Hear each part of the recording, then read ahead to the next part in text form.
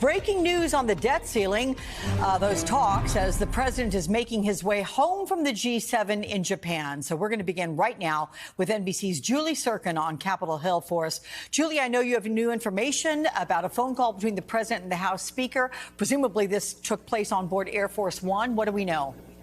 Yeah, it did. That's exactly right, Alex. I just got done out of a nearly 20-minute gaggle with the speaker. He walked out along with Garrett Graves, his top ally in these negotiations. He had a conversation with President Biden on Air Force One as the president, of course, makes his way back to the United States from G7. The big picture here is a very different attitude, a tonal shift from McCarthy from when we talked to him just a few minutes before that phone call. He said it was a productive discussion. He said the two leaders agreed to meet in person sometime tomorrow afternoon once the president is able to recover a little bit from his travels. And look, everything is still a live ball, including the top line number here, how long this debt limit lift will last, what the spending cap situation here is. That means how much money they're going to be saving in the future as they pair these two issues together, the debt ceiling and the budget, permitting reform, work requirements, all of that still on the table. McCarthy making it very clear he does not want to negotiate in the press. But the bottom line here, Alex, a very big tonal shift, much better place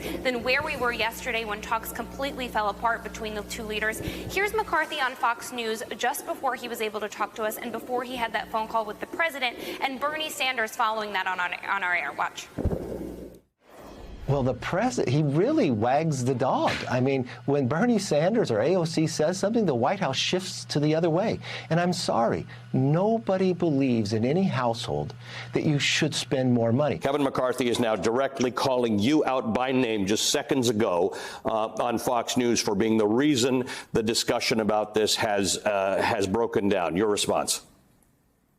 Well, I doubt that very much, but to the degree that the White House says to these Republicans, stop your hypocrisy, stop defending the billionaire class from paying their fair share of taxes while you want to cut programs that the elderly, the children, the sick, and the poor need. If I have any role, the progressives have any role in that, that's great. So listen here, obviously things have changed since we've heard from McCarthy and Bernie Sanders on their respective networks today. But look, McCarthy had praised the negotiators. He had nothing but good words for Shalanda Young, the OMB director, for Steve Ricchetti, President Biden's longtime ally, the two people who are in the room on behalf of the White House. We did not see them there yesterday. They were not in this building. They did not meet with Republican negotiators. But we are told by McCarthy and his team that they are expected to meet again here in the Capitol later today, so I'll be sure to, of course, stake that meeting out and bring you all the latest.